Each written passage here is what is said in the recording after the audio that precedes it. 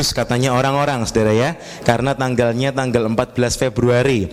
Nah saudara, hari ini kita mau sama-sama belajar kebenaran firman Tuhan karena dunia lagi merayakan cinta saudara. Maka hari ini kita juga akan sama-sama belajar tentang cinta juga saudara ya. Boleh ditambah, oh puji Tuhan, terima kasih Andi. Saudara, pagi hari ini saudara sudah terima catatan khotbah. Saudara, judul yang saya berikan pagi hari ini adalah menerjemahkan cinta. Wah, saudara, kita mau katakan sama-sama ya, menerjemahkan cinta. 1, 2, 3. Menerjemahkan cinta. Saudara, saya ingin awali dengan satu pertanyaan saudara ya. Pertanyaan tidak perlu saudara jawab. Apakah cinta itu asing sehingga perlu diterjemahkan? Apakah cinta itu sulit sehingga perlu diterjemahkan? Kenyataannya cinta itu kompleks saudara. Cinta itu tidak sulit tapi kompleks. Sebab itu cinta itu ternyata perlu diterjemahkan saudara ya. Terutama cintanya Allah kepada kita. Saya ingin tunjukkan satu hal kepada saudara sebelum kita sama-sama mulai pembacaan firman Tuhan saudara ya. Saya ingin bandingkan tentang kasih Allah dengan kasih kita sebagai manusia pada umumnya. Allah itu adalah Allah yang kasih saudara, dan kita ini manusia yang belajar tentang kasih. Saudara, kalau kita lihat firman berkata kasih Allah itu kasih yang kekal. Sedangkan kita sebagai manusia, kita cuma bisa mengerti kasih yang fana. Seiring dengan bertambahnya usia saudara dan saya, kita semakin belajar tentang cinta. Tapi coba saudara renungkan, dulu waktu saudara masih anak-anak, waktu kita masih anak-anak, kita bisa ngerti enggak cintanya orang tua kita? Kadang sulit kan saudara? Saya pernah satu kali saudara, saya ingat betul waktu SMP, ada satu hari di mana tiba-tiba kita pulang pagian saudara ya. Kita pulang pagian, kemudian waktu SMP itu teman-teman saya banyak yang nakal-nakal saudara. Pulang lebih pagi, gurunya sudah pesen, pulang langsung pulang, nggak boleh kemana-mana, nggak boleh ngeluyur kemana-mana, harus langsung pulang. Saya ingat waktu hari itu saya nggak pulang saudara ya. Saya nggak pulang, saya main-main sama teman-teman saya. Dan alangkah kagetnya saya saudara, tiba-tiba mama saya itu muncul saudara. Mama saya itu muncul naik sepeda motor, dan kemudian mama saya dengan muka yang marah, saya dikelilingi teman-teman saya saudara. Kemudian teman-teman saya sudah bilang, wih mamamu datang. Kemudian tiba-tiba mama saya mendelik saudara, dan kemudian bilang sama saya, pulang gitu saudara. Yang takut bukan cuma saya saudara ya, teman-teman semua takut semua saudara ya. Teman-teman semua takut semua. Dan kemudian setelah itu mama saya nggak pakai tunggu saya, mama saya langsung pulang saudara. Dan saya langsung naik sepeda saya langsung pulang ke rumah. Saya sudah tahu, sudah pasti dimarahi habis-habisan. Tapi waktu itu saya tidak bisa ngerti saudara, saya tidak bisa ngerti kenapa toh pergi sama teman-teman yang kelihatannya tidak apa-apa itu kok nggak boleh, itu kenapa toh? Waktu itu nggak bisa ngerti saudara. Tapi seiring dengan bertambahnya usia, kita bisa semakin mengerti. Saya yakin saudara pasti suatu saat saudara pernah merenungkan, iya ya, dulu ternyata papa saya, mama saya, orang tua saya melakukan itu tuh karena cinta sama saya. Tapi dulu kita kan tidak ngerti saudara, kita tidak bisa memahami. Tapi seiring bertambahnya usia, ternyata kita bisa memahami. Nah saudara, dengan pemikiran yang sama itu, saya ingin mencoba menerangkan kepada setiap kita bahwa kasih Allah yang kekal itu luar biasa.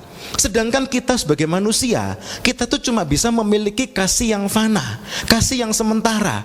Sehingga kadang-kadang rasanya sulit untuk mengerti. Tuhan itu bilang katanya cinta pada kita, tapi kenyataannya kok begini. Sebab itu cinta Allah itu ternyata perlu diterjemahkan. Hal yang lain saudara, kasih Allah itu selalu berorientasi kepada kekekalan. Sedangkan kita sebagai manusia, orientasi cinta kita itu semata-mata pada umumnya itu cuma berorientasi kepada kebutuhan sementara. Padahal kalau Allah mencintai kita, itu cintanya Allah itu berorientasi, atau bahasa yang lebih sederhana itu bertujuan melihat kepada perkara yang kekal. Sedangkan kita melihat yang kekal kan sulit saudara. Sehingga cintanya Allah itu perlu diterjemahkan saudara. Yang terakhir, kasih Allah itu selalu sejalan hukum surgawi. Cintanya Allah itu selalu sejalan dengan hukum surgawi. Sedangkan cinta yang bisa dipelajari manusia itu bisa berubah-ubah, saudara. Bisa berubah-ubah sesuai dengan perubahan tren dunia. Oh, sekarang trennya lagi begini, mencintai itu seperti ini, mengasihi itu seperti ini. Bisa berubah-ubah, bisa naik turun, bisa berganti-ganti seiring dengan perkembangan zaman, dengan tren dunia. Tapi cintanya Allah itu selalu sejalan dengan hukum surgawi.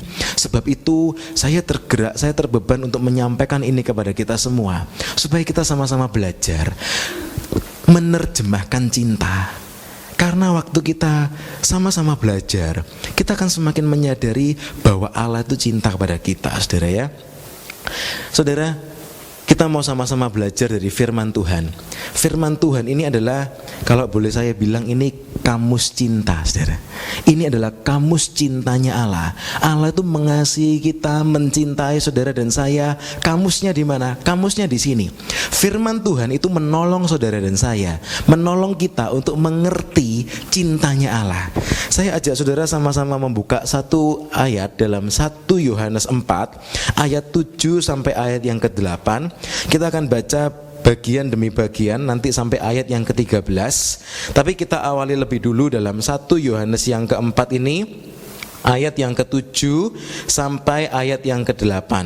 Saudara bisa ikuti dari depan, saya akan bacakan kepada saudara, atau saudara juga bisa buka dari Alkitab saudara. Di ayat itu dikatakan Allah adalah kasih. Saudara-saudaraku yang kekasih, marilah kita saling mengasihi, sebab kasih itu berasal dari Allah, dan setiap orang yang mengasihi lahir dari Allah dan mengenal Allah. Ayat 8, barang siapa tidak mengasihi, ia tidak mengenal Allah, sebab Allah adalah kasih. Allah itu kasih. God is love. Bukan Allah itu sifatnya kasih, tidak saudara. Tapi dalam bahasa aslinya Allah itu kasih. Karena Allah itu kasih, maka semata-mata semua yang dikatakannya, semua yang diperbuatnya itu selalu apa saudara? Kasih. Allah itu bukan hobinya kasih, Allah itu bukan kegemarannya kasih, tidak. Tapi Allah itu kasih, saudara. Allah itu kasih. Coba kalau saudara renungkan satu orang yang mungkin saudara kenal. Mungkin saudara kenal dia sebagai penjual OT-OT, atau misalnya penjual ayam goreng, atau mungkin yang lain.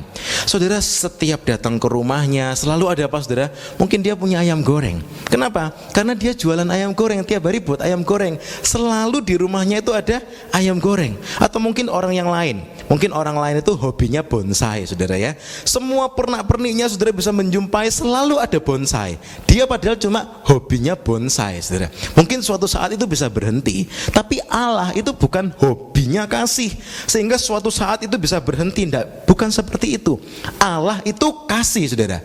Sebab itu segala tindakannya, segala firman-Nya, segala hal yang diizinkannya terjadi itu adalah karena kasih, saudara. Saya ingin mengajak saudara sama-sama merenungkan Allah itu kasih. Firman yang saudara pegang dari Kejadian sampai Wahyu, ini apa saudara? Alkitab, betul saudara. Tapi Allah itu kasih. Ini firman-Nya siapa saudara? Firman-Nya Allah. Berarti ini isinya apa saudara? Halo, ini isinya apa? Kasih atau perintah? Perintah atau beban? Kasih, saudara. Allah itu kasih. Seluruh firman-Nya berarti kasih. Segala hal yang diizinkan kepada saudara terjadi itu apa saudara? Kasih. Kenapa? Allah itu kasih. Cuma kadang-kadang kita tuh sulit mengerti, saudara. Duh, kok seperti ini nih, kok katanya kasih. Tuhan, firman-Mu kok berat. Kok katanya Engkau tuh kasih, tapi kok firman-Nya kok seperti ini? Apa memang betul-betul kasih? Iya, saudara. Allah itu kasih. kasih. Segala yang difirmankannya, segala yang diizinkannya terjadi, saudara. Segala yang saudara alami karena Tuhan izinkan itu dalam kehidupan kita, itu semua karena kasih. Nah, saudara, hari ini kita mau sama-sama belajar untuk melihat apa yang firman Tuhan ajarkan, sehingga kita bisa menerjemahkan semuanya itu menjadi kasih, saudara ya. Poin yang pertama saya ingin terangkan kepada saudara, kita tuh harus melekat kepada Allah, bukan cuma dekat, saudara. Bukan cuma dekat, bukan cuma dekat, tapi harus melekat. Orang yang melekat pasti dekat.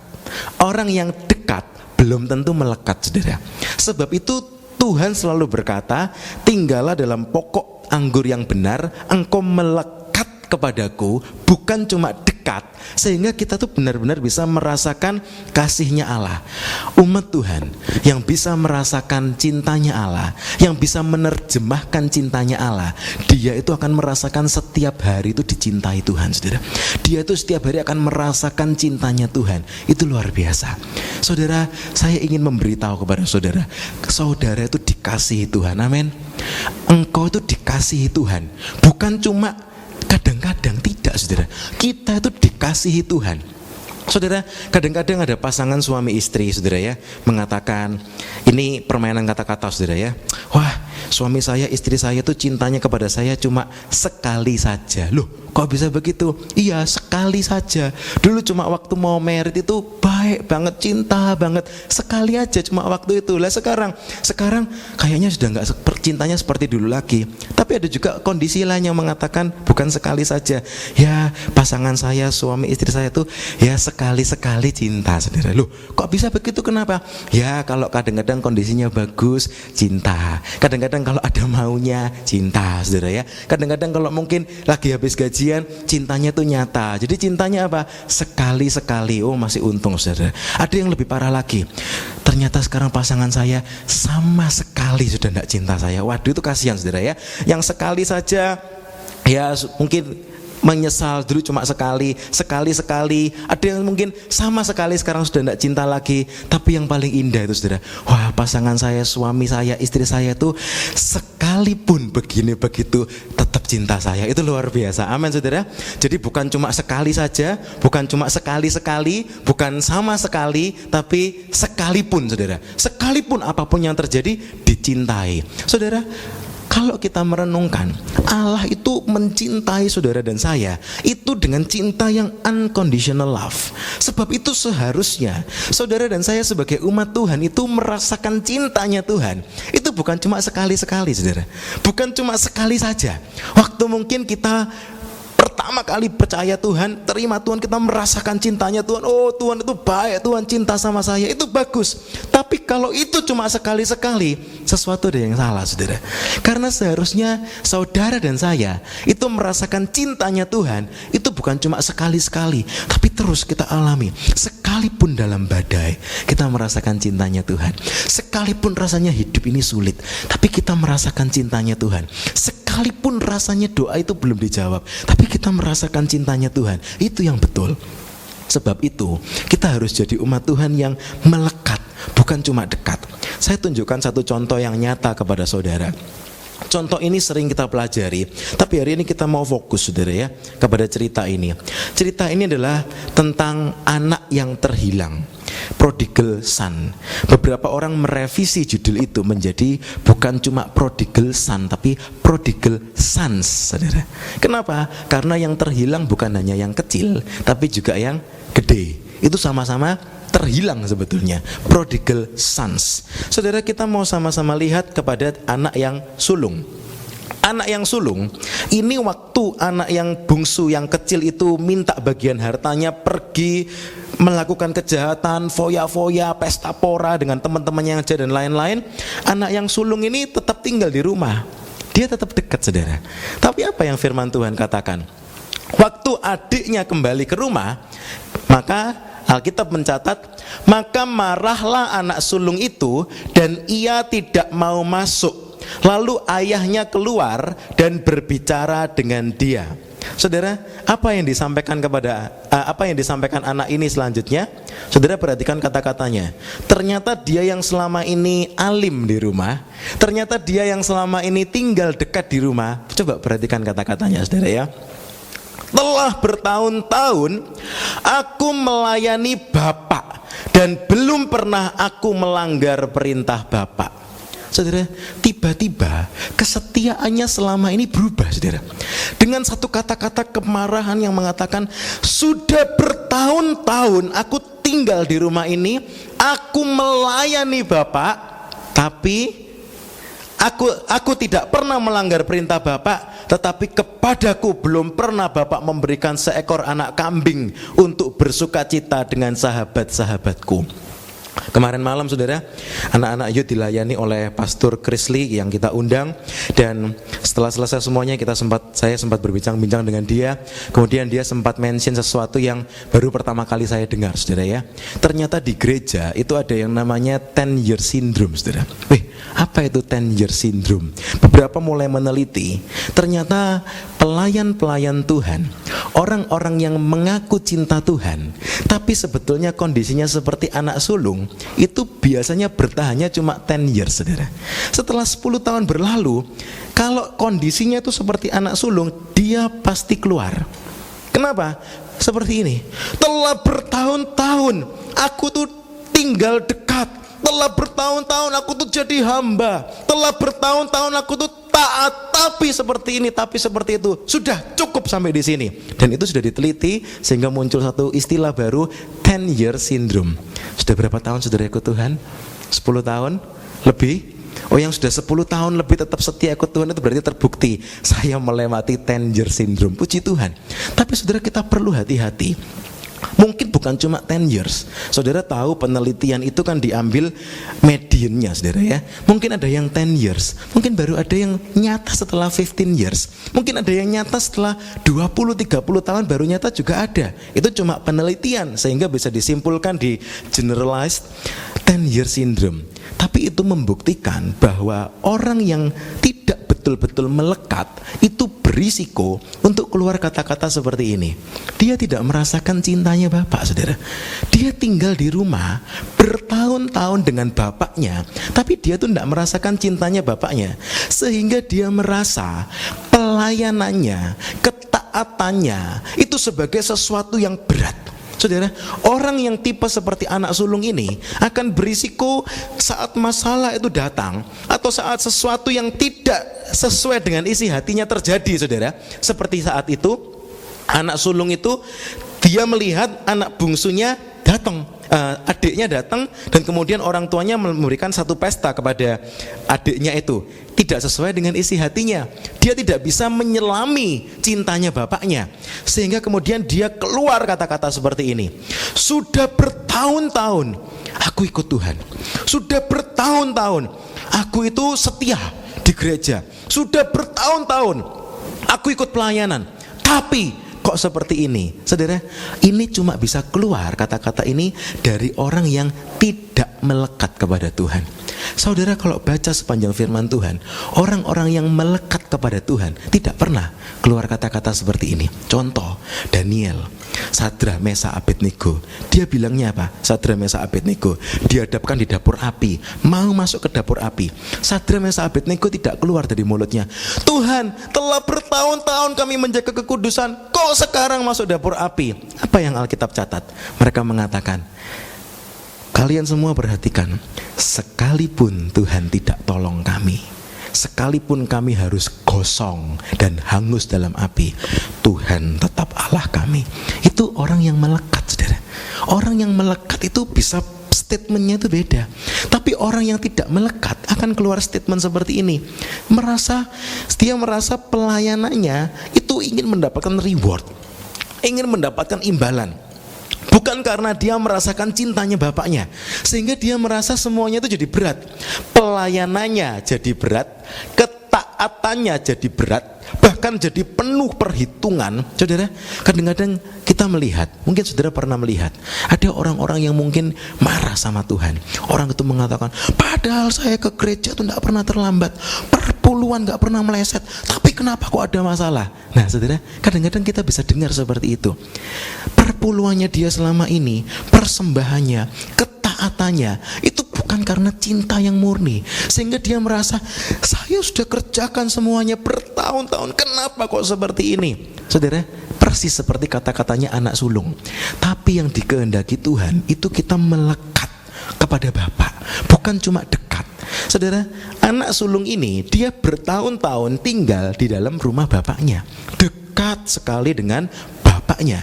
Dia tidak pernah keluar dari rumah, tidak pernah foya-foya, tidak pernah pesta pora. Tapi ternyata dia tidak betul-betul melekat, saudara, sehingga dia tidak bisa mengerti cintanya bapaknya. Saudara, ironis sekali, kemudian bapaknya menjawab, anakku, engkau selalu bersama-sama dengan aku, dan segala kepunyaanku adalah kepunyaanmu. Nggak bisa ngerti, saudara. Cintanya bapaknya selama ini itu dia tidak bisa mengerti, sehingga cinta itu tidak berhasil diterjemahkan ke dalam dirinya, sehingga dia merasa waktu adiknya datang dia marah. Orang yang tidak bisa merasakan cintanya Tuhan secara penuh, saudara, dia itu berisiko untuk marah sama Tuhan. Kenapa? Dia merasa tidak dicintai. Saya ingat satu saat, saudara ya, saya dan adik saya itu beda 8 tahun, saudara. Setelah saya umur 8, terbiasa hidup sendiri, datanglah adik saya. Waktu adiknya masih kecil senang, saudara ya, lucu, masih kecil begitu. Kemudian saat beranjak mulai umur 3, 4, 5 mulai minta mainan ini dan itu, saudara, saya mulai ada rasa jealous, mulai iri, mulai cemburu. Satu saat saya ingat betul, saudara, saya ingat betul, sampai sekarang saya masih ingat betul. Di satu toko, kalau Robin minggu lalu cerita Toys R Us, saudara ya, itu di Indonesia tidak ada Toys R Us kan, saudara, tapi sama toko mainan, saudara ya. Saya masih ingat betul, saudara, mungkin yang hidup di zaman kuno dulu ingat namanya film Saint Seiya itu, saudara ya, mainan yang orang-orangan itu, saudara. Saya ingat betul, waktu itu saya sudah kepingin mainan itu, harganya itu cuma 15.000, saudara, cuma 15.000. Bolak-balik kepingin, papa mama saya selalu bilang dipending dulu dan seterusnya. Kemudian adik saya waktu datang ke toko yang sama itu juga, kemudian adik saya itu lihat mainan blok alfabet ABC sampai Z itu, saudara ya. Kemudian adik saya bilang, ini minta ini. Oke, saya masih ingat sampai sekarang, harganya 26.000, saudara. Punya saya 15.000 tidak dibelikan, punya adik saya 26.000, saudara. Dan kemudian orang tua saya langsung bilang, oh iya ini bagus buat belajar. Saudara, saya tahu apa yang terjadi. Saya tuh marah-marah di toko itu, saudara ya. Saya tuh marah-marah, saya teriak-teriak, papa jahat, mama jahat, adik dibelikan, karena tidak bisa terkendali, saudara. Akhirnya dibelikan juga. Tapi sampai pulang saya ingat, saya tidak bisa mainan itu dengan senang, saudara. Karena apa? Ada kemarahan.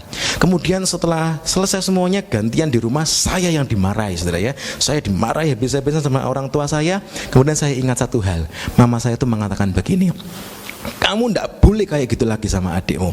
Loh, aku tuh minta cuma 15.000, adik minta 26.000 dibelikan, saya tuh cuma minta 15.000 kok tidak dibelikan. Oh, dimarahi habis-habisan. Kemudian saya kaget, waktu itu mama saya kemudian nangis mengatakan, kamu tahu enggak, 8 tahun mama sudah cinta kamu lebih dulu daripada adikmu. Saya langsung diem, saudara.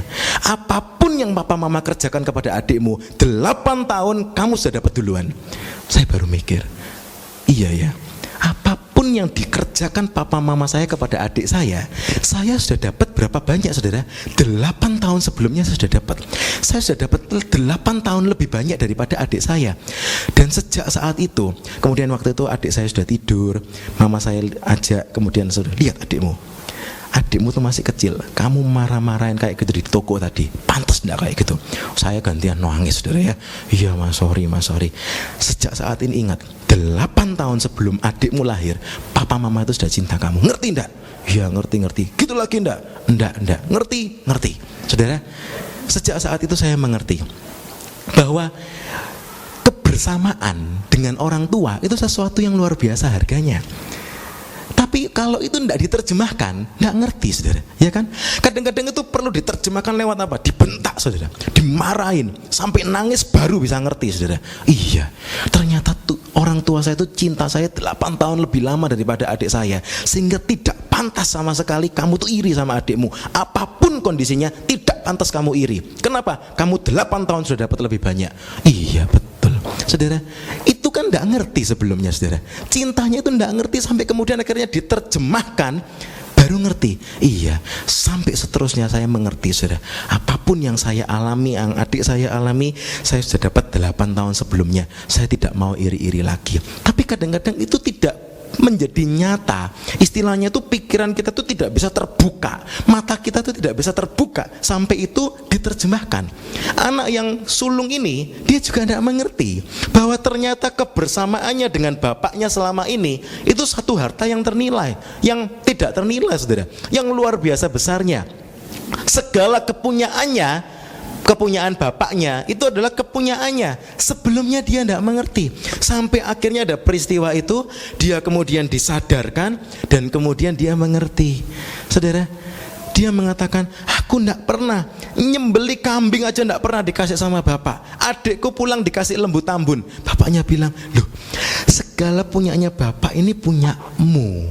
Tapi ternyata selama ini anak yang sulung ini rupanya terlalu sibuk bekerja saudara, terlalu sibuk melayani, terlalu sibuk dengan segala hal yang lainnya. Dia tidak pernah punya waktu komunikasi dengan bapaknya.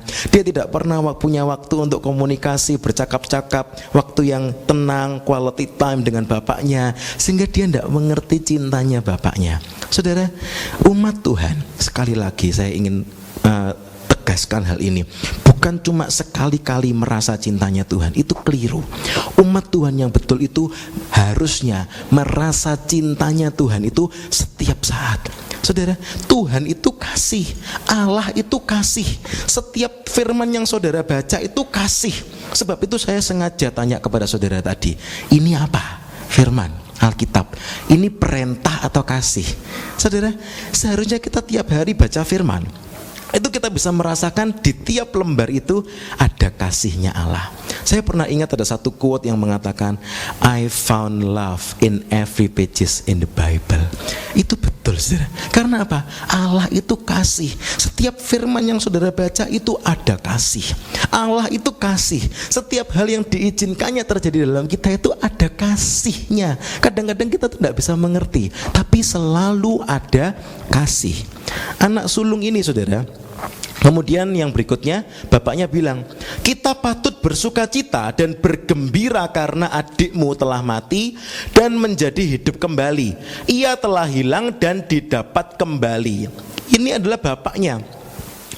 Cerita ini menggambarkan tentang kasihnya Allah. Allah itu kasih. Kasihnya Allah itu kasih yang kekal saudara, yang bersuka cita saat melihat orang yang terhilang itu kembali. Sedangkan anak yang sulung ini tidak bisa bersuka cita dan bergembira bersama-sama. Ini ironisnya, orang yang tidak melekat dengan Allah, dia tidak bisa merasakan cintanya Allah. Saudara, saudara pernah merasa enggak? Beberapa hari yang lalu kita ada meeting saudara ya di Foursquare, dan semuanya bule semua saudara ya. Yang dari Asia cuma saya satu sama satu lagi teman dari Filipina saudara, tapi dia sudah lama sekali di sini. Kemudian mereka omong-omong saudara, karena kurang mengerti, waktu mereka ketawa saya melongo saudara ya kan. Kemudian saya pikir waktunya ketawa, ternyata mereka diem. Kan tidak enak saudara, tidak bisa bersuka cita bersama-sama, tidak bisa bergembira bersama-sama, itu kan tidak enak. Saudara pernah bayangin, pernah merasakan hal itu enggak?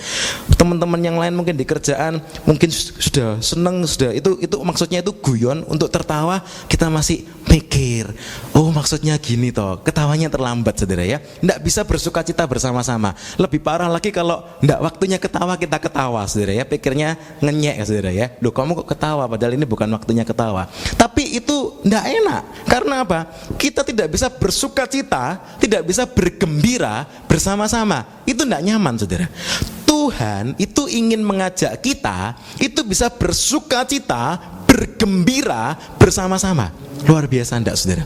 Bapak itu ingin anak yang anak yang bungsu kan kembali diterima, diberikan pesta.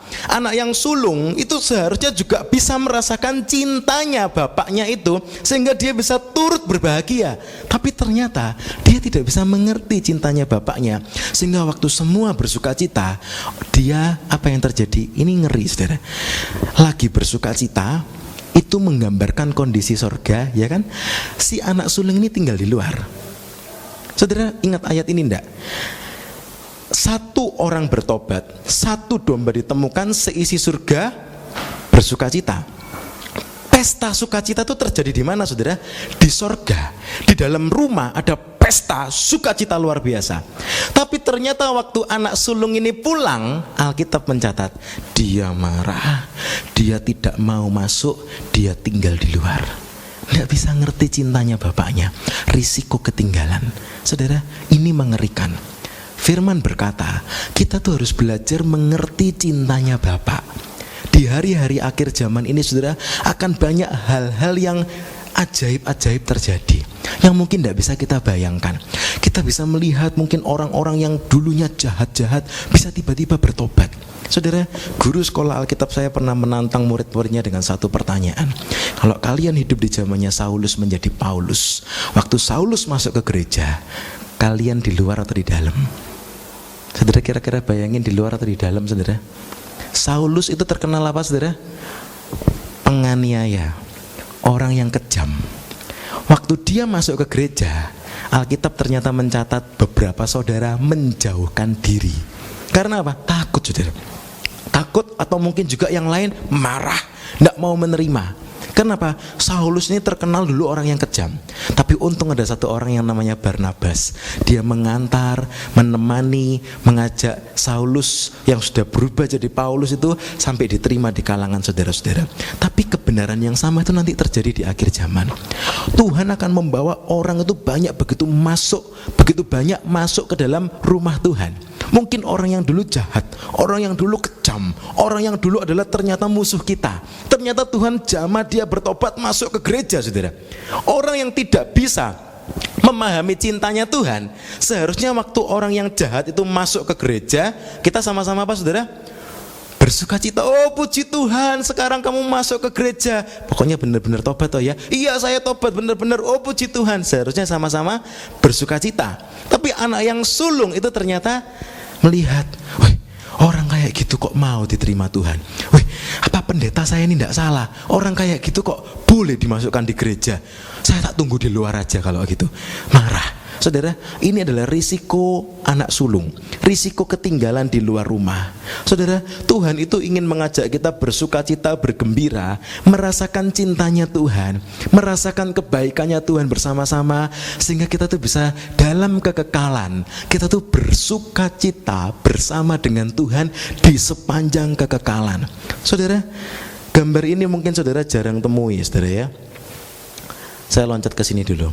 Saudara, mungkin selama ini kita suka melihat gambar itu Tuhan itu diam, mengajar begitu, saudara ya, serius. Mungkin jarang kita temui gambar Tuhan itu ingin mengajak kita tuh bersukacita. Tapi ayatnya itu ada, saudara. Tuhan itu bersukacita di dalam roh. Lukas 10 ayat 21. Tuhan bergembira di dalam roh. Bukan cuma sekedar love, bukan cuma sekedar mesem, saudara. Betul-betul bergembira. Dan itu dicatat di Alkitab. Tuhan itu ingin mengajak kita tuh bergembira bersama-sama. Kalau kita bisa merasakan cintanya Tuhan. Tapi orang yang tidak bisa merasakan cintanya Tuhan, seperti anak sulung ini, sulit, saudara. Kita perhatikan anak sulung. Kelihatannya melayani sungguh-sungguh dan setia. Kelihatannya belum pernah mendengar, begitu taat. Belum pernah melanggar, begitu taat. Kelihatannya selalu dekat dengan bapaknya, tapi ternyata tidak melekat. Dia tidak merasakan cintanya Bapa. Dia tidak merasa dicintai. Selama ini cuma sekedar merasa itu semua sebagai beban yang harus dikerjakannya. Anak sulung ini tidak merasakan cinta bapak sepenuhnya. Dia tidak berhasil menerjemahkan cinta bapaknya, yang sebetulnya itu begitu mencintainya. Dia tidak mengerti, dia tidak bisa menerjemahkan itu, sehingga dia merasa semuanya begitu berat. Ikut Tuhan rasanya jadi berat. Jadi orang Kristen rasanya berat. Aduh, disuruh baca Alkitab lagi, diajak puasa lagi, suruh ke gereja. Kalau nggak ke gereja ditanyain kemana. Nanti kalau datangnya mungkin bolak-balik nggak datang ditanyain kemana. Rasanya itu jadi berat, nggak enak saudara. Karena apa? Tidak bisa merasakan cinta Allah sepenuhnya. Anak sulung ini juga marah kepada si bungsu. Marah kalau melihat orang lain dikasihi Tuhan. Anak sulung ini adalah orang-orang yang berisiko mudah sekali menjadi iri hati. Saudara, coba orang yang tidak merasakan cintanya Bapak, tidak melekat sepenuhnya, tidak berhasil menerjemahkan cintanya Bapak, itu gampang iri. Seperti yang tadi saya ceritakan kepada saudara. Lihat adik saya dibelikan ini, dibelikan itu, iri setengah mati. Kenapa? Wah, kenapa kok Tuhan, kenapa kok papa mama belikan buat adik saya, kok enggak buat saya? Loh, padahal saya itu sudah dapat lebih banyak. Tapi enggak berhasil menerjemahkan cinta itu, jadi gampang iri. Orang Kristen yang tidak melekat kepada Tuhan juga gampang iri. Coba saudara, kadang-kadang ada orang Kristen itu yang pernah mengatakan kepada saya, aduh, kalau itu sudah saksi, dah saya tidak mau masuk gereja. Kenapa? Iri saya, masa Tuhan tolong dia bolak-balik, saya nggak ditolong. Tuh, kan Tuhan sudah tolong kamu banyak. Iya, tapi kenapa kok Tuhan nggak tolong saya lagi? Dia jadi iri. Saudara bisa bayangkan, orang yang tidak melekat kepada Tuhan, dia itu suka gampang iri. Karena apa? Dia tidak betul-betul melekat kepada Tuhan. Tapi orang yang betul-betul melekat kepada Tuhan, waktu ada orang ditolong, dia bisa bersuka cita bersama-sama. Oh puji Tuhan, Tuhan bisa tolong dia. Tuhan berarti juga bisa tolong saya. Tuhan dulu juga tolong saya. Meskipun sekarang saya belum ditolong, tapi Tuhan itu cinta sama saya. Dia lekat. Dia bisa menerjemahkan itu sebagai Tuhan itu cinta saya. Tidak diterjemahkan keliru sehingga jadi gampang iri, tidak, tapi dia bisa menerjemahkan dengan betul. Menerjemahkan dengan betul itu sangat penting, saudara. Saat kita bisa menerjemahkan dengan betul, pesan itu bisa kita serap sepenuhnya. Selanjutnya kita lihat, padahal cinta Tuhan itu memberikan segalanya pada kita. Roma 8 ayat 32. Firman berkata, kalau anaknya yang tunggal aja Allah itu memberikan kepada kita, bagaimana mungkin Allah tidak mengaruniakan segala sesuatu kepada kita? Allah itu sangat mengasihi kita. Allah itu menerima kita sebagai anaknya. Allah itu cinta kita, diterima sebagai anak, bukan tamu, saudara, bukan tamu. Kita itu diterima sebagai anak, dicintai sebagai anak. Anak itu merasakan cinta setiap hari, saudara, setiap saat. Kalau tamu tidak merasakan cinta itu setiap saat, tapi anak itu diterima setiap saat, merasakan cintanya setiap saat. Cinta Tuhan itu cinta yang kekal, begitu luas. Dan cintanya Tuhan itu juga mengajak kita untuk mengasihi si bungsu. Kita perlu belajar sama-sama supaya kita tuh bisa terus merasakan cintanya Tuhan. Apapun yang terjadi di sekeliling kita, kalau itu berhasil diterjemahkan, ternyata itu semua cinta. Itu semua cinta. Setiap apa yang dikerjakan orang tua kita, mungkin dulu waktu kita kecil, kita tidak mengerti. Apalagi mungkin dulu waktu kita remaja, kita tidak mengerti bahwa ternyata setiap hal yang dikerjakan orang tua kita itu karena cinta. Kita tidak mengerti. Tapi kelak waktu kita mengerti, oh iya, ternyata semua itu dikerjakan orang tua saya itu karena cinta saya. Saat cinta itu berhasil diterjemahkan, kita tuh akan merasakan cintanya Allah. Bukan cuma sekali-sekali, saudara, setiap kali kita akan merasakan, oh Tuhan itu begitu baik, Tuhan itu begitu baik. Nanti kita sama-sama lihat bagaimana kita bisa menerjemahkan cinta itu, saudara ya. Kita sekarang masuk ke poin yang kedua yang juga terakhir, yang kita akan lihat sama-sama. Kita perlu menghadirkan penerjemah cinta. Saudara, cintanya Allah itu begitu luas. Cintanya Allah itu kekal. Saudara, kalau mungkin seperti bahasa kasih itu bahasa yang begitu kompleks, saudara. Bahasa yang begitu kompleks dan luar biasa, sehingga itu perlu diterjemahkan buat kita. Kita perlu menghadirkan penerjemah cinta. Saya beri contoh kepada saudara satu hal. Kita lanjut di ayat yang tadi, 1 Yohanes 4. Kita melihat kasihnya Allah, saudara ya. Dalam hal inilah kasih Allah dinyatakan di tengah-tengah kita, yaitu bahwa Allah telah mengutus anaknya yang tunggal ke dalam dunia supaya kita hidup olehnya. Inilah kasih itu, bukan kita yang telah mengasihi Allah, tetapi Allah yang telah mengasihi kita dan yang telah mengutus anaknya sebagai pendamaian bagi dosa-dosa kita. Saudara, ini adalah hal yang simpel, tapi saya ingin mengajak saudara merenungkan bahwa pengorbanan Tuhan Yesus di atas kayu salib itu adalah kasih Allah yang dinyatakan kepada manusia. Tapi berapa banyak orang? Kadang-kadang mungkin kalau saudara sedang share, mungkin sedang menyampaikan kabar Injil kepada teman saudara, mungkin kepada orang yang saudara kenal, kadang-kadang kita bisa menemui pertanyaan seperti ini, saudara. Oke, saya mengerti Tuhan Yesus mati di atas kayu salib itu sejarah yang memang terbukti. Lalu apa kena mengenanya dengan saya? Mengapa itu semua terjadi? Kan nggak ada hubungannya dengan saya. Saudara, itu tidak bisa diterjemahkan ke dalam kasih, saudara. Padahal kalau kita mengerti salib, Golgota itu adalah kasih. How deep the Father's love for us. Tapi ternyata hanya orang-orang tertentu yang mau melekat kepada Tuhan, yang dia bisa mengatakan, tiap kali dia melihat salib, dia bisa mengatakan, Tuhan, terima kasih, Engkau mengasihi saya. Tapi berapa banyak orang yang lain yang melihat salib cuma melihat, ya sudah, itu sejarah. Tuhan Yesus mati di atas salib, ya sudah, itu sejarah. Apa kena mengenanya dengan saya? Tidak bisa merasakan kasihnya Allah dalam hidupnya. Tidak berhasil diterjemahkan. Salib itu artinya cinta. Sebab itu seharusnya waktu kita melihat salib, itu kita merasakan cintanya Allah. Waktu kita Paskah, saudara, kita merasakan, kita mengingat kembali, merenungkan kembali kematian Tuhan di atas kayu salib. Sebetulnya kita tuh harus merasakan cinta. Pertanyaannya, berapa banyak dari kita masih merasakan cinta itu, saudara? Kita merasa betul-betul kita tuh dikasihi. Kita tuh dikasihi. Setiap kita melihat salib, kita tuh dikasihi. Mungkin kita pernah mengerti, kita pernah belajar hal itu, tapi kadang-kadang kita bisa lupakan hal itu, saudara. Dan kita merasa, Tuhan kok tidak mengasihi saya ya. Padahal Tuhan itu bilang, kasih itu sudah dinyatakan. Waktu kita tuh terima Tuhan Yesus, kita tuh terima kasih yang luar biasa. Tapi kadang-kadang kita tidak mengerti. Orang-orang kadang-kadang tidak bisa mengerti. Sebab itu Tuhan bilang, perlu ada penerjemah cinta. Yang menerjemahkan ini adalah cinta. Cintanya siapa? Cintanya Allah. Allah itu mengasihi engkau. Allah itu mencintai engkau dengan kasihnya yang kekal. Saudara, kadang-kadang kita mungkin merenungkan dalam kondisi hidup kita yang mungkin sulit, yang mungkin berat, mungkin ada masalah. Mungkin kita merasakan, Tuhan, kasih-Mu kok tidak nyata ya, Tuhan ya. Kasih-Mu kok tidak nyata, Tuhan ya. Saudara, orang-orang yang seperti itu perlu ditolong. Kasihan. Kenapa? Dia tidak bisa merasakan kasihnya Allah. Padahal kasih Allah sudah dinyatakan begitu besar, begitu luar biasa. Sebab itu kita perlu penerjemah cinta. Ayat 13 dikatakan begini, saudara. Demikianlah kita ketahui bahwa kita tetap berada di dalam Allah dan Dia di dalam kita. Ia telah mengaruniakan kita mendapat bagian dalam rohnya. Saya mendapatkan sesuatu yang penting dari ayat ini. Apa yang membuat umat Tuhan itu bisa terus merasakan cintanya Tuhan?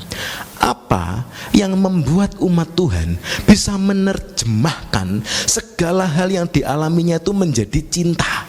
Apa yang membuat umat Tuhan bisa selalu merasakan cinta dalam hidupnya? Apa? Ini, saudara.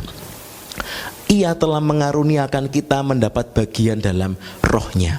Roh Kudus itu adalah penerjemah cinta. Saya tunjukkan beberapa bukti buat saudara. Kita harus terus berdoa Tuhan supaya Roh Kudus itu menjamah kita. Bukti yang pertama tadi, saudara, Roh Kudus itu akan menerjemahkan cinta.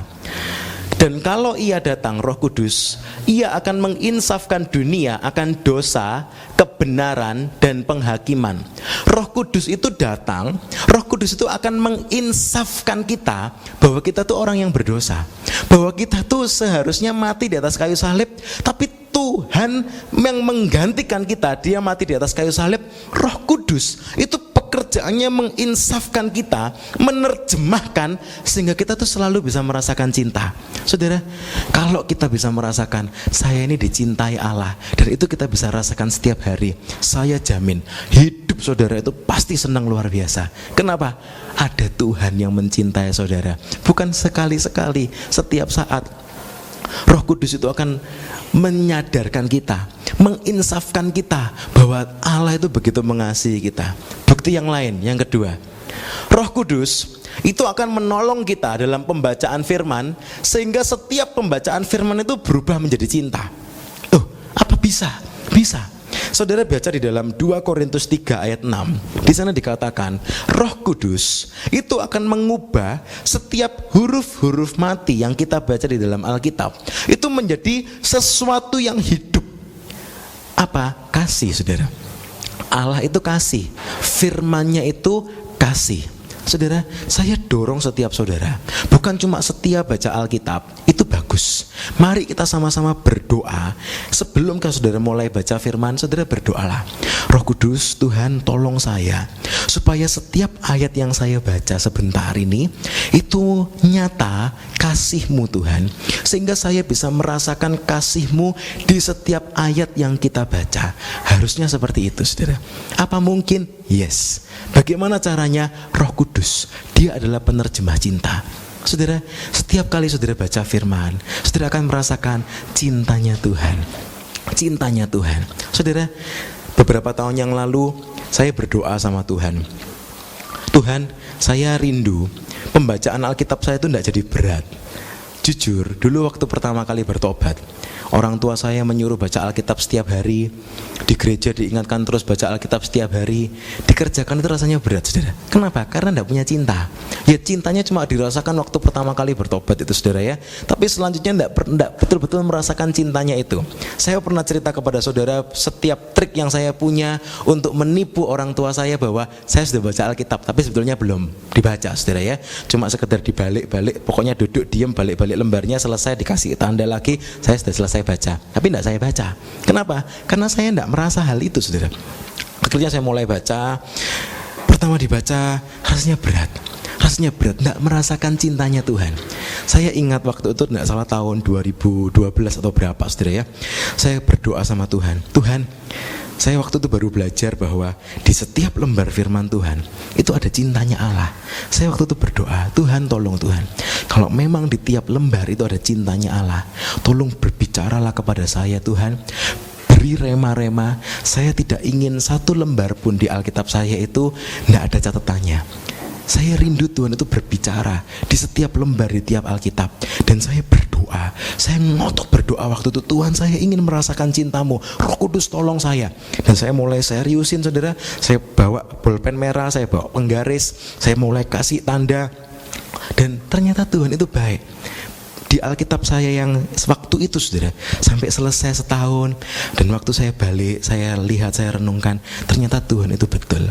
Di setiap halamannya itu ada catatan, dan itu berarti Tuhan itu bicara. Tuhan mungkin mengingatkan sesuatu, Tuhan mungkin menekankan sesuatu, Tuhan mungkin menyatakan sesuatu, sehingga itu menjadi berkat buat saya. Saya rasakan cintanya Tuhan, dan itu ditulis. Dan itu terjadi, bukan cuma 1-2 hamba Tuhan yang mengalami, begitu banyak hamba-hamba Tuhan mengalami dan menyaksikan di tiap lembar firman Tuhan ada cintanya Tuhan. Haleluya. Saudara, saya dorong saudara, kalau saudara mungkin merasa, wah Tuhan kok rasanya tidak cinta saya ya, buka firman-Mu, masuk ke dalam kamar, baca firman-Mu, minta pimpinan Roh Kudus, supaya Roh Kudus menerjemahkan firman yang kita baca itu menjadi bahasa cinta. Amin, saudara. Allah itu kasih, Allah itu cinta. Tidak mungkin Dia berkata-kata sebanyak itu tuh tidak ada cintanya. Tidak mungkin, saudara. Allah itu apa? Kasih. Allah itu cinta. Setiap firman-Nya itu selalu ada cinta, saudara. Sakaria 1 ayat 13 dikatakan, kata-katanya itu penuh kasih dan begitu menenteramkan hati. Firman Tuhan itu penuh kasih. Saudara yang dikasihi Tuhan, mari kita tuh harus betul-betul merasakan cintanya Tuhan. Poin yang terakhir yang saya ingin tunjukkan kepada saudara, kasihnya Tuhan itu juga ini, saudara, melewati badai. Waktu kita melewati badai, yang bisa menerjemahkan badai itu jadi kasih siapa, saudara? Roh Kudus. Cuma Roh Kudus yang bisa menerjemahkan badai yang kita alami itu jadi kasih. Loh, ini badai, Pak. Bagaimana mungkin badai kok diterjemahkan jadi kasih? Tapi Alkitab membuktikan berulang kali dibuktikan. Roh Kudus itu menerjemahkan badai menjadi kasih. Sehingga orang yang lekat dengan Tuhan, yang dipimpin Tuhan, apapun yang terjadi dalam kehidupannya, yang dirasakan selalu apa saudara?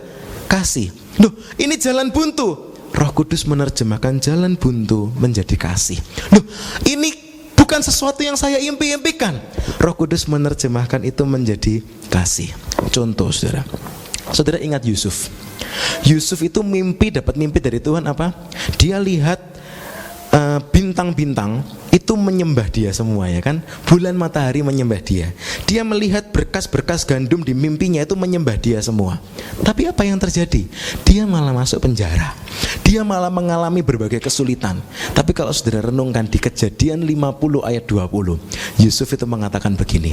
Waktu saudara-saudaranya bilang, Yusuf, sekarang bapak kita sudah mati, tapi bapak berpesan, tolong kamu jangan berbuat jahat kepada kita, tolong ampuni kita. Yusuf bilang apa? Saudara-saudaraku, kamu tahu enggak? Kamu mereka-rekakan yang jahat buat aku, tapi Allah mereka-rekakan yang baik buat aku. Dia bisa menerjemahkan segala kesulitan, tantangan, segala pengkhianatan yang dia hadapi, itu semua bisa diterjemahkan jadi apa saudara? Kasih. Sehingga orang yang bisa menerjemahkan itu semua jadi kasih, waktu dia ketemu saudara-saudaranya, dia bisa peluk saudara-saudaranya, dia bisa peluk kakak-kakaknya. Dia bilang apa? Kamu memang mereka-rekakan yang jahat kepada aku, tapi Allah mereka-rekakan yang baik buat aku. Sudah, kamu jangan khawatir, aku mengasihi kamu. Kok bisa saudara? Allah, Roh Kudus menerjemahkan kesulitan menjadi kasih. Roh Kudus menerjemahkan mungkin sesuatu yang saudara alami itu jadi kasih. Bahkan waktu kita mungkin berdosa, kita dihukum Tuhan, kita menerima hukumannya Tuhan, Roh Kudus itu tidak meninggalkan kita yang mau melembutkan hati. Saudara, waktu mungkin saudara melakukan suatu dosa dan kemudian hajaran Tuhan itu datang, waktu Roh Kudus menolong mencelikkan mata kita, kita kan bisa mengerti, iya, saya ini dihajar Tuhan. Karena apa saudara? Karena kasih. Karena Tuhan itu mencintai kita. Tuhan itu bisa menerjemahkan itu kepada kita. Saudara, kadang-kadang mungkin sesuatu yang tidak kita impi-impikan justru kita dapat. Maksudnya begini saudara, kita mengimpikan sesuatu yang ideal, ternyata yang datang itu sesuatu yang tidak ideal.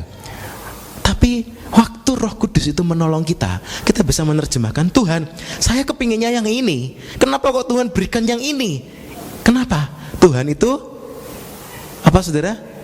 Kasih. Loh, katanya kasih, kok saya kepingin yang A kok dikasih yang B? Kita mungkin tidak mengerti pertama, tapi Tuhan akan menolong kita menerjemahkan yang B ini adalah wujud kasihnya Tuhan. Kadang-kadang saudara pernah merenungkan enggak? Kita tuh tidak mengerti apa yang kita minta saudara. Kita tuh kadang-kadang tidak sepenuhnya mengerti apa yang kita minta.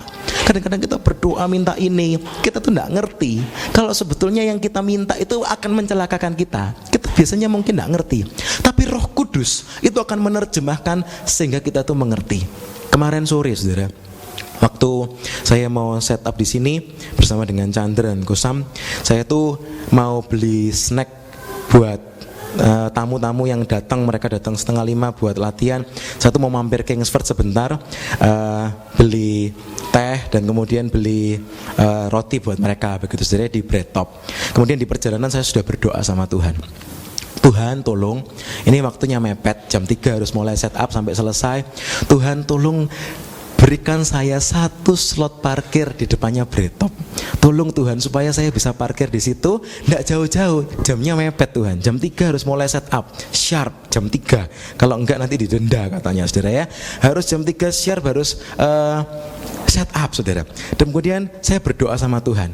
Begitu saya selesai berdoa, Tuhan ingatkan begini, kamu tahu enggak yang kamu minta itu apa?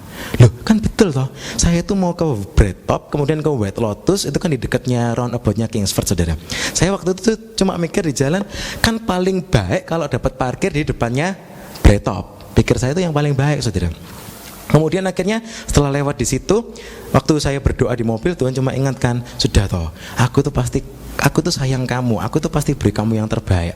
Saya waktu itu saya doa selesai, saya merenungkan, ya Tuhan sudahlah, pokoknya saya pasrah sama Tuhan. Kalau ada parkir di depannya ya terima kasih, kalau enggak ya saya yakin itu yang paling baik. Kemudian begitu selesai dari roundabout, saya mulai minggir pelan-pelan. Ternyata betul saudara, Tuhan itu baik. Saya nggak dapat parkir di situ saudara ya. Saya nggak dapat parkir, belok lagi, kemudian akhirnya masuk di parkirnya Konsel saudara ya, yang di sebelahnya gereja IPC Renwick itu. Saya parkir di situ, kemudian saya keluar. Kemudian saya lihat, ternyata kan saudara, kalau kita mungkin bolak-balik lewat situ, kita mengerti di situ kan ada parkiran beberapa saudara ya, di sebelah sana. Kemudian saya itu baru mikir, iya ya, goblok saya ini. Kalau saya minta parkiran di depannya Bread Top, kemudian saya harus jalan ke White Lotus lagi, kemudian balik lagi ke sana, itu kan riwa-riwinya jauh saudara. Itu kan riwa-riwinya jauh, bawa teh begitu banyak berat, kan riwa-riwinya jadi jauh. Ternyata yang paling baik parkir di mana? Parkir di situ, itu yang paling baik saudara. Begitu parkir selesai, sebelah kiri Bread Top, sebelah kanan White Lotus saudara. Sehingga dari sini beli selesai, dari sana beli, jalannya juga tidak jauh-jauh. Coba kalau ternyata saya tuh minta yang parkir di depan situ, riwa-riwinya itu jadi tambah jauh saudara. Saudara nanti renungkan sendiri kalau pas lewat sana saudara ya, untuk mengerti apa yang saya maksud. Karena ternyata di sepanjang situ itu ada bus zone saudara, nggak boleh parkir sampai jauh, sampai ke sana baru ada parkiran saudara. Dan itu kalau ke White Lotus kemudian jalan lagi, lumayan jalannya daripada parkir di belakang. Kemudian saya ingat, Tuhan itu ingatkan, ya kan, kamu tuh kan nggak tahu yang kamu minta itu apa. Iya ya Tuhan ya, kadang-kadang kita tuh nggak mengerti yang kita minta itu apa. Kita pikir ini tuh yang paling baik, padahal Tuhan bilang, loh tunggu toh, yang lebih baik itu yang lainnya. Saudara, kadang-kadang kita bisa mengerti itu mungkin beberapa jam berikutnya. Kadang-kadang mungkin kita bisa mengerti itu besoknya. Kadang-kadang mungkin kita bisa mengerti itu 3 hari berikutnya. Kadang-kadang mungkin Yusuf baru mengerti kebaikannya Tuhan 17 tahun berikutnya. Saudara, kadang-kadang kita tidak mengerti instantly saudara. Tapi waktu Roh Kudus itu tolong kita, Roh Kudus itu akan tunjukkan, sudah toh, kamu tuh tenang saja, Tuhan itu mengasihi engkau. Loh, kok saya tuh kepinginnya kerja di sini, kok Tuhan taruh saya kerja di sini. Saya kepinginnya tinggal di sana, kok Tuhan beri rumahnya di sini. Saya kepinginnya begini, kok Tuhan berinya begitu. Tuhan itu apa salah toh? Enggak. Allah itu apa saudara? Kasih. Yang diberikan Tuhan kepada kita itu berarti apa? Kasih. Amin saudara. Lebih keras dong saudara. Allah itu apa? Kasih. Segala hal yang diberikannya kepada kita karena kasih. Kadang-kadang mungkin kita tidak mengerti hari itu, tidak ngerti saudara. Kadang-kadang kita mungkin tidak mengerti, besoknya masih belum mengerti, tidak apa-apa. Teruslah berdoa, Roh Kudus tolong dong terjemahkan supaya apa yang saya alami ini saya bisa mengerti. Ini semua karena kasih. Amin saudara. Mungkin kadang-kadang saudara mengalami sakit penyakit, mungkin kadang-kadang saudara mengalami jalan buntu, mungkin kadang-kadang saudara mengalami tantangan. Saudara mungkin tidak mengerti kenapa itu terjadi. Saya pernah mendengar satu kesaksian, ada orang begitu sakit sampai akhirnya ginjalnya itu harus diangkat satu saudara. Kemudian orang berkata, katanya kamu tuh dekat sama Tuhan, katanya kamu tuh cinta sama Tuhan. Mana buktinya? Tuhan itu izinkan ginjalmu kurang satu. Aku yang tidak cinta Tuhan, ginjalku 2. Kamu berapa? 1. Ya tidak apa-apa, ginjalku 1. Kamu 2 berarti apa? Ginjal-ginjal saudara ya. Kalau di Surabaya ginjal-ginjal itu artinya goyang-goyang terus. Saudara, kenapa kok Tuhan izinkan ginjal saya 1? Kemudian dia bercerita, Tuhan itu baik. Dulu saya itu begitu jahat luar biasa, dan tidak ada yang bisa menyadarkan saya sampai akhirnya kena gagal ginjal. Dan saya waktu gagal ginjal, waktu harus diangkat 1 karena memang sudah tidak berfungsi, saya bisa mengatakan, Tuhan Engkau baik, Tuhan Engkau baik. Kenapa? Kalau tidak gini saya tidak tobat. Dia bisa merasakan kebaikannya Tuhan. Kok bisa? Siapa yang menerjemahkan? Roh Kudus. Ada satu orang lagi kena kanker paru saudara. Waktu kena kanker paru, saudara-saudaranya tanya, teman-temannya tanya, dia bilang begini saudara, saya ndak marah sama Tuhan kena kanker paru. Loh kenapa? Ini cintanya Tuhan buat saya. Loh maksudmu apa? Iya, sudah bertahun-tahun lamanya saya jauh dari Tuhan, saya tidak pernah mengerti tegurannya Tuhan sampai akhirnya kena seperti ini. Dan sekarang saya harus kena seperti ini, dan saya tahu ini cintanya Tuhan. Sekalipun saya tidak sembuh, sekalipun saya harus mati gara-gara kanker ini, saya tidak soal. Saya tahu Tuhan cinta saya. Kok bisa? Tuhan menerjemahkan kondisi yang dialaminya itu menjadi cinta. Kok bisa saudara? Roh Kudus. Roh Kudus itu akan menolong kita sekalipun melewati badai. kita akan diingatkan Tuhan, ini loh, Tuhan itu cinta engkau. Saya pernah mendengar satu kesaksian dari seorang guru sekolah minggu. Kecelakaan mobilnya terbalik, saudara. Kemudian sekeluarga selamat semua. Setelah selamat semua, dia bersaksi, dia bilang, mobil yang kecelakaan itu adalah mobil kesayangan istri saya. Dan akhirnya kecelakaan, mobil itu terbalik, saudara, nyeweret di jalan begitu. Tapi sekeluarga selamat. Kemudian dia bilang apa? Tuhan cinta saya. Loh, kenapa kok begitu? Sebetulnya kita sekeluarga ini sudah jauh dari Tuhan. Sudah jauh dari Tuhan, tapi tidak ada yang tahu. Kenapa? Tetap ke gereja, tapi tidak pernah baca Alkitab, sudah kecewa sama Tuhan, tapi tetap ke gereja. Sampai akhirnya mobilnya kebalik itu, saudara. Mereka semua selamat. Kemudian dia bisa merasakan mobil kebalik, Tuhan cinta kita. Kok bisa menerjemahkan mobil kebalik jadi itu cintanya Tuhan? Roh Kudus yang menolong menerjemahkan. Sebetulnya, saudara, setiap apa yang terjadi dalam kehidupan kita itu karena Tuhan cinta kita. Kadang-kadang kita tidak bisa menerjemahkan hal itu, tapi waktu kita bisa mengerti, iya Tuhan, Engkau tuh cinta aku. Kadang-kadang Tuhan justru izinkan sakit penyakit datang. Kadang-kadang Tuhan mungkin izinkan pintu yang buntu malah terjadi. Kadang-kadang Tuhan mungkin izinkan malah masalah datang bertubi-tubi. Kadang-kadang mungkin Tuhan malah izinkan kita mengalami sesuatu yang tidak ideal. Tapi kalau kita akhirnya mengerti, itu ternyata cintanya Tuhan, kita akan mengucap syukur, oh terima kasih Tuhan. Tuhan itu mencintai, Tuhan itu mencintai saya. Beberapa hari yang lalu saya ngomong sama istri saya, kemudian kita mengingat-ingat satu guru SMA saya, saudara ya. Istri saya itu tanya, loh itu gurumu yang dulu belikan formulir buat masuk ke kedokteran itu ngajar apa atau di sekolahmu? Loh enggak, itu guru bukan dari sekolah saya. Kemudian istri saya bingung, loh kok bisa kenal guru itu dari mana? Kemudian cerita lumayan panjang, saudara ya. Singkat cerita akhirnya saya cuma bilang sama istri saya, iya Tuhan itu baik. Saya dulu kepingin sekolah SMA di SMA swasta, SMA Kristen yang baik, tapi Tuhan izinkan masuk ke sekolah negeri. Tapi justru di situ saya mengalami kebaikan Tuhan berlimpah-limpah. Saya merasakan cintanya Tuhan. Kepinginnya masuk kemana? A. Dapatnya yang mana? B. Loh, tapi ternyata itu Tuhan baik. Tuhan tahu jalan yang terbaik. Satu contoh yang terakhir, waktu umat Israel keluar dari Mesir mau dibawa masuk ke tanah Kanaan, Tuhan mencatat di Keluaran pasal 11, aku tidak membawa engkau melalui jalan yang paling dekat. Kalau saudara renungkan, semua kita kalau mau bepergian kan selalu cari apa, saudara? Jalan yang paling dekat, ya kan? Kita repot-repot buka Google Map, kenapa? Cari jalan yang paling dekat, cari jalan yang paling tidak macet. Itu kan kerinduan kita. Tapi Keluaran 11 mencatat, aku menuntun engkau berputar, tidak melewati negeri orang Filistin. Kenapa? Karena aku tahu musuh itu terlalu berat bagi engkau saat itu. Dan Tuhan izinkan orang Israel itu berputar. Waktu berputar, beberapa orang itu mungkin mulai mengeluh. Alkitab mencatat, Musa, rasanya lebih baik kita tinggal di Mesir. Di sana ada semangka, ada mentimun, ada bawang pre, ada makanan begitu berlimpah. Kita sekarang berputar-putar di padang gurun. Mengapa itu terjadi? Bukan yang berputar akibat dosa 40 tahun itu, saudara, itu akibat dosa. Tapi yang pertama kali mereka keluar, itu mereka diajak bukan lewat shortcut, tapi lewat jalan muter, saudara. Tidak melewati negeri Filistin. Kenapa kok tidak diajak lewat yang paling dekat? Kan Tuhan bisa langsung membasmi semua orang Filistin. Tuhan punya rencana. Tuhan ingin mengajak orang Israel lewat pengalaman demi pengalaman. Diajak putar-putar sampai akhirnya di depannya laut Tebrau, di depan laut, di belakang orang Mesir yang mengejar dengan kereta begitu banyak. Mengapa Tuhan kok izinkan? Tuhan sedang ingin membuktikan cintanya. Saudara, saya cuma ingin mendorong setiap kita untuk mengerti, untuk merasakan setiap hal yang kita alami bersama dengan Tuhan. Itu karena apa, saudara? Cintanya Tuhan kepada kita. Bahkan melewati badai sekalipun, Roh Kudus itu bisa mengubah itu semua menjadi cinta. Saudara, sebab itu, saudara, sejak saya mengerti dan mengalami hal ini, apapun yang terjadi, saya selalu bilang sama istri saya, sudah tidak usah khawatir.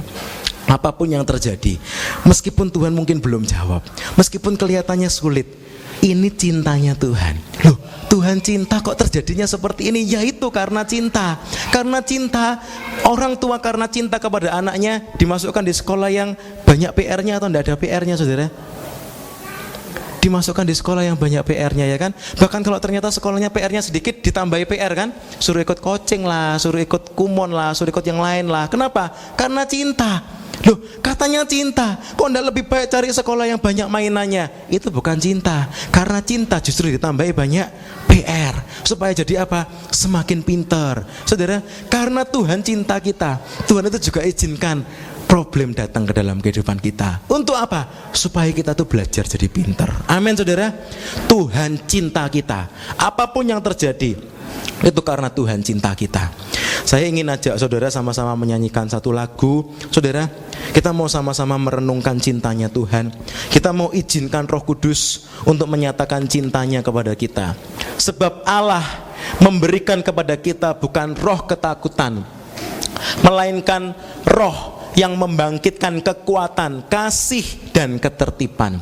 Roh Kudus itu adalah roh cinta, saudara. The Spirit of God. For God has not given us a spirit of fear, but of power and of love and of a sound mind. Holy Spirit is the spirit of love. Roh Kudus itu roh cinta. Roh Kudus itu akan memampukan kita untuk merasakan cintanya Tuhan.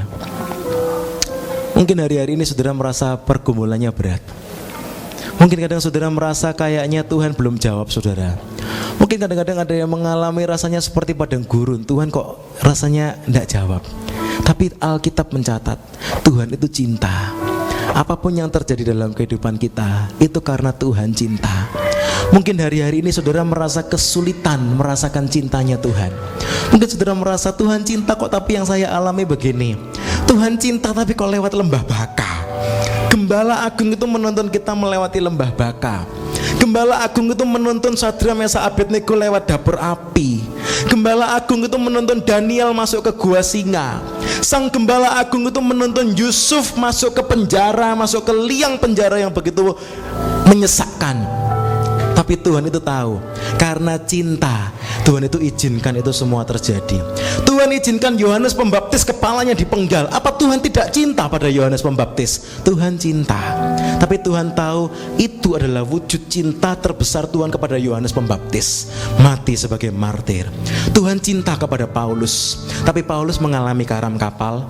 Tuhan cinta kepada Paulus, tapi Paulus dilempari batu sampai Paulus mati dan dibangkitkan kembali.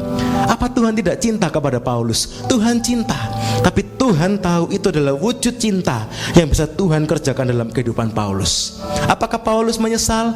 Paulus tidak pernah menyesal. Paulus mengatakan, justru di dalam kelemahanlah, di dalam siksaanlah, di dalam penganiayaanlah aku menjadi kuat. Justru melewati itu semua, aku merasakan cintanya Tuhan. Saya rindu berdoa buat setiap kita semua. Mungkin saudara mengalami masalah-masalah hari-hari ini, tapi saat Roh Kudus menerjemahkan itu semua sebagai cintanya Tuhan, saudara tidak akan pernah menyesalinya. Saudara tidak akan pernah merasa berat. Saudara akan merasa, yes Lord, saya melewati hal ini, saya tahu Tuhan cinta saya. Mengapa kok saya mengalami masalah? Tuhan cinta saya. Semakin besar suara itu mengatakan, apa Tuhan cinta engkau? Balas dengan teriakan semakin kencang, Tuhan cinta saya.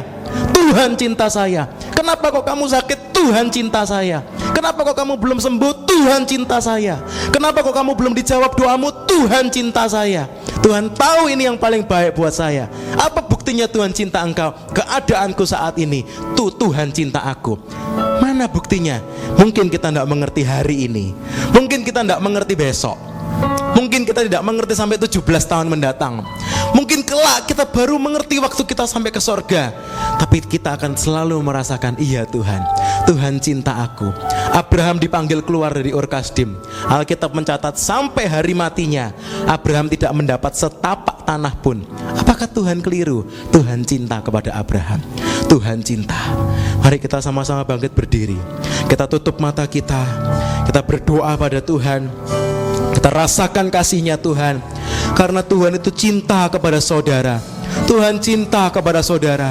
Hidup kita di tangannya Tuhan. saudara diperhatikan Tuhan, saudara ada di hatinya Tuhan, saudara ada di pikirannya Tuhan, saudara ada di rancangannya Tuhan. Tuhan cinta saudara. Oh haleluya, haleluya, oh haleluya. Ku di tanganmu, ku di hatimu. Rasakan cintanya Tuhan. Di pikiranmu, Tuhan itu memikirkan saudara.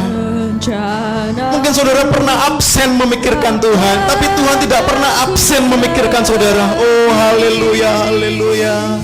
Ku di tanganmu, ku di tanganmu,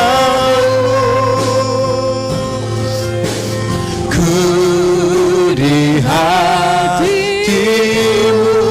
di pikiranmu, di pikiranmu, di rencanamu, tak pernah ditinggalkan. Sekali lagi, ku di tanganmu, ku di tanganmu.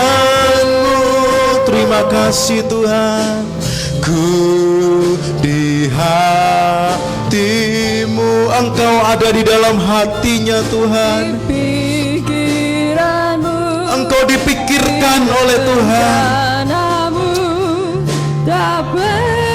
Terima kasih Tuhan, terima kasih Tuhan. Sikharamaya ramaya ramaya ramasi. Biar kami merasakan cintamu Tuhan. Sikharamaya ramaya ramaya ramaya ramasi.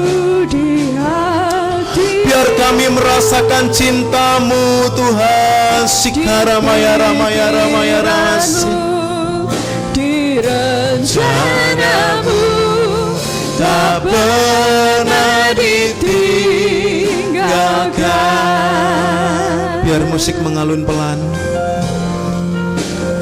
Sadarkah saudara, tangan saudara sedang dipegang Tuhan? Mungkin saudara merasa, Tuhan aku perasaannya sendirian melewati ini semua. Sadarkah saudara, tangan Tuhan sedang ingin memegang tangan saudara. Saudara ada di hatinya Tuhan. Isi hatinya Tuhan adalah Engkau. Tuhan sedang memikirkan apa yang terbaik buat saudara. Saudara tidak layak mengatakan mengapa ini terjadi. Yang harus saudara katakan adalah, Tuhan, aku percaya ini yang terbaik bagi aku saat ini. Karena Tuhan sedang memikirkan saudara. Tuhan sedang merancangkan yang terbaik buat saudara. Tidak berhak, tidak layak kita berkata mengapa kok begini. Tuhan sedang ingin mengerjakan yang terbaik dalam hidup saudara. Mungkin saudara tidak mengerti. Izinkan Roh Kudus hari ini bekerja. Izinkan Roh Kudus hari ini berbicara di dalam nama Tuhan Yesus. Roh Kudus akan menerjemahkan setiap kesulitan yang saudara alami menjadi cintanya Tuhan. Roh Kudus sanggup menerjemahkan setiap jalan buntu yang saudara alami menjadi cintanya Tuhan. Roh Kudus sanggup menerjemahkan lembah kesulitan yang saudara alami menjadi lembah yang penuh dengan cintanya Tuhan. Sikharamaya ramaya ramas. Mari saudara rasakan cintanya Tuhan. Rasakan cintanya Tuhan. Engkau di tangannya Tuhan, Engkau di hatinya Tuhan, Engkau di pikirannya Tuhan. Mungkin pasangan kita tidak selalu memikirkan kita. Mungkin orang tua kita, anak kita tidak selalu memikirkan kita. Tapi ada Tuhan yang selalu memikirkan kita. Waktu saudara merasa sendiri, ingatlah, aku di pikiranmu Tuhan. Aku tidak sendirian Tuhan. Aku di pikiranmu. Yang terjadi dalam hidupmu, cintanya Tuhan, cintanya Tuhan. Sikharamaya ramaya ramaya ramas. Biar engkau merasa cintanya Tuhan lebih lagi dalam hidupmu. Sikharamaya ramaya ramasi. Engkau dicintai Tuhan, engkau dikasihi Tuhan. Tuhan menyayangi engkau, Tuhan memperhatikan engkau. Sikharamaya ramaya ramas. Sikharamaya ramaya ramas. Mungkin hari-hari ini engkau mengalami kesulitan, engkau mengalami jalan buntu. Mungkin rasanya engkau ingin bertanya, mana cintanya Tuhan? Hari ini Tuhan jawab, ini bukti cintaku padamu. Aku mengasihi engkau dengan kasihku yang kekal, yang mungkin engkau tidak mengerti hari ini, tapi aku mengasihi engkau. Sikara maya ramas. Saudara, kalau mungkin ada di antara saudara yang sedang ingin dilawat cintanya Tuhan, saudara merasa saudara perlu merasakan cintanya Tuhan lebih lagi. Mungkin selama ini saudara merasakan cuma sekali-sekali merasakan cintanya Tuhan. Dan hari ini setelah saudara dengar firman, setelah kita disadarkan, seharusnya kita terima cintanya Tuhan setiap saat, setiap hari, setiap apa yang kita hadapi, kita merasakan cintanya Tuhan. Dan saudara mengatakan, ya Tuhan, aku mau mengalami yang seperti itu. Aku mau mengalami seperti yang Engkau janjikan. Angkat tangan kananmu, kita akan berdoa bersama-sama, biar kita merasakan cintanya Tuhan. Tuhan ingin mengasihi engkau. Sikara maya ramasi. Tuhan ingin mengasihi engkau lebih lagi dengan cintanya yang luar biasa. Anak yang tidak melekat kepada bapaknya menjadi gampang iri hati, tapi anak yang merasakan cintanya Tuhan, dia tidak akan pernah iri, karena dia sudah kenyang dengan perkenanan Tuhan. Dia kenyang dengan cintanya Tuhan. Oh haleluya, haleluya. Sikara maya ramasi. Tuhan sayang engkau, Tuhan sayang engkau, Tuhan sayang engkau. Kita katakan dengan lembut sama-sama, ku di tanganmu, sikara maya ramas, ku di hatimu. Terima kasih Tuhan. Pikiranmu, di rencana. Terima kasih Tuhan. Engkau tidak pernah sendirian. Engkau tidak pernah sendirian. Tuhan mengasihi engkau. Engkau tidak pernah sendirian. Tuhan sayang engkau.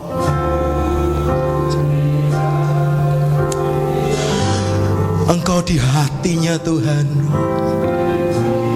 Engkau di pikirannya Tuhan. Engkau tidak pernah sendirian. Naikkan doamu, nyanyikan dengan penuh lembut.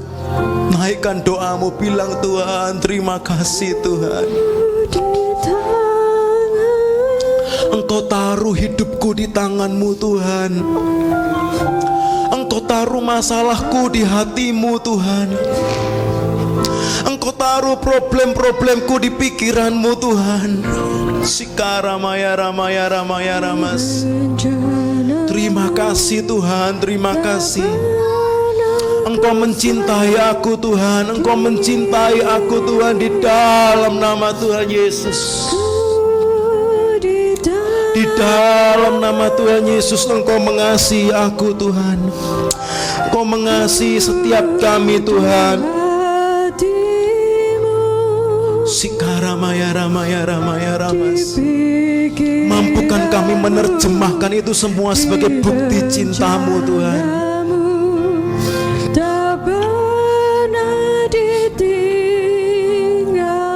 Di pikiranmu, di pikiranmu, di rencanamu,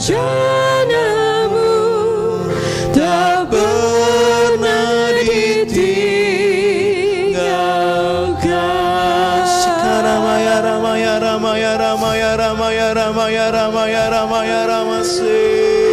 Sikara maya ramasi. Curahkan cintamu Tuhan, curahkan cintamu Tuhan. Penuhi hati kami dengan cintamu Tuhan. Sikara maya ramasi. Sikara maya ramasi. Engkau mencintai kami Tuhan. Engkau mencintai kami Tuhan. Sikara maya ramasi. Sikaramaya ramaya ramaya ramaya ramaya ramaya ramaya ramaya ramaya ramase. Engkau mencintai kami Tuhan. Sikaramaya ramaya ramaya ramase. Haleluya, haleluya, haleluya. Terima kasih Tuhan, Engkau mencintai kami Tuhan. Sikaramaya ramaya ramaya ramaya ramase. Terima kasih Tuhan, Engkau mencintai kami Tuhan. Sikaramaya ramaya ramaya ramaya ramase. Sikaramaya ramaya ramaya ramaya ramas. Buat kami mengerti akan cinta-Mu Tuhan. Buat kami mengerti akan cinta-Mu Tuhan. Sikaramaya ramaya ramaya ramas. Sikaramaya ramaya ramaya ramaya ramaya ramaya ramas. Sikaramaya ramaya ramaya ramaya ramaya ramas. Terima kasih Tuhan, terima kasih Tuhan, terima kasih Tuhan, terima kasih Yesus, terima kasih Tuhan, terima kasih. Tolong setiap kami Tuhan, kami rindu merasakan cinta-Mu lebih lagi Tuhan. Kami rindu merasakan cinta-Mu hari demi hari, saat demi saat Tuhan. Buat kami mengerti, buat kami menyadari, buat kami merasakan cinta-Mu yang besar itu Tuhan. Kami tidak mau masalah menghanyutkan kami Tuhan, sehingga kami tidak merasakan cinta-Mu. Kami mau tetap mendeklarasikan, aku dicintai Tuhan. Tuhan mencintai engkau dengan kasih-Nya yang kekal di dalam nama Tuhan Yesus. Terima kasih Tuhan, terima kasih. Mari Tuhan tolong kami. Roh Kudus, bekerjalah lebih lagi dalam kehidupan kami. Buat kami mengerti cinta-Mu Tuhan. Buat kami mengerti cinta-Mu. Terjemahkan cinta-Mu dalam hidup kami Tuhan, sehingga kami mengerti Tuhan bahwa Engkau sedang merancangkan yang terbaik buat kami Tuhan. Oh haleluya, haleluya. Kami percaya Engkau mengasihi kami. Allah adalah kasih. Segala yang Engkau perbuat dalam hidup kami itu wujud kasih-Mu buat kami. Terima kasih Tuhan, terima kasih. Sebentar kami mau terima tubuh dan darah-Mu Tuhan. Wujud kasih-Mu buat kami. Engkau menebus dosa kami. Kasih-Mu yang terbesar buat kami. Terima kasih Tuhan Yesus buat cinta-Mu Tuhan. Terima kasih, kami mau lagi memperingati, kami mau lagi mengingat, merenungkan kasih-Mu buat kami. Tolong kami supaya kami terus menyadari kami dicintai Tuhan. Kami dicintai Tuhan. Oh haleluya. Terima kasih Tuhan, terima kasih. Berkati hamba-Mu yang akan membagikan tubuh dan darah Kristus ini. Engkau juga layakkan setiap kami yang akan ambil bagian dalam tubuh dan darah Kristus ini. Buat kami mengerti akan cinta-Mu. Kami mau menyerap cinta-Mu lebih banyak lagi Tuhan, di dalam nama Tuhan Yesus. Terima kasih Tuhan, terima kasih. Kami siap terima tubuh dan darah-Mu di dalam nama Tuhan Yesus. Kami sudah berdoa. Haleluya. Setiap saudara yang dicintai Tuhan, merasa dicintai Tuhan, mau dicintai Tuhan lebih lagi, katakan